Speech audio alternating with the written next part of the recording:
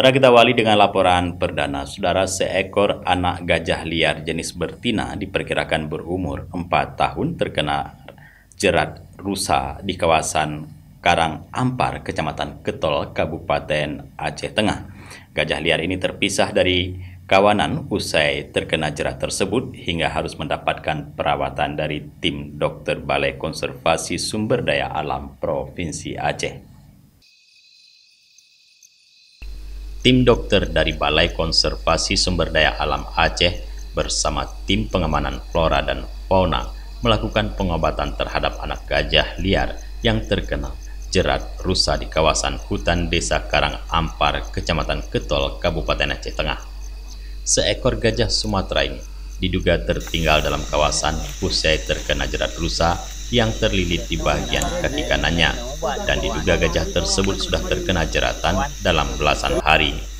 Saidi, Kepala Resor BKSDA Aceh Tengah, menyampaikan bahwa pihaknya mengetahui bahwa ada gajah yang terkena jerat rusa milik warga di hutan Karang Ampar usai ada warga yang memberikan info serta telah memberikan perawatan oleh tim dokter BKSDA.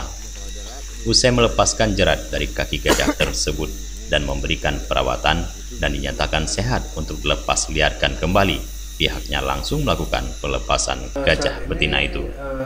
Gajah memang sudah menjauh dari perkebunan warga masyarakat. Saat ini keberadaan gajah di kawasan sepinggiran hutan dekat perkebunan masyarakat yang sudah ditinggalkan lama. Tindakan yang dilakukan oleh tim yaitu telah melepaskan tali jeratan yang terkena di kaki depan kiri gajah tersebut.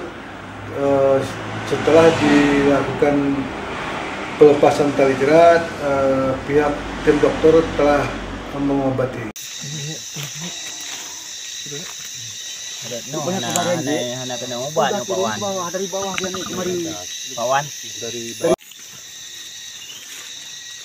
Dari Kabupaten Aceh Tengah, Tim Liputan Aceh TV melaporkan.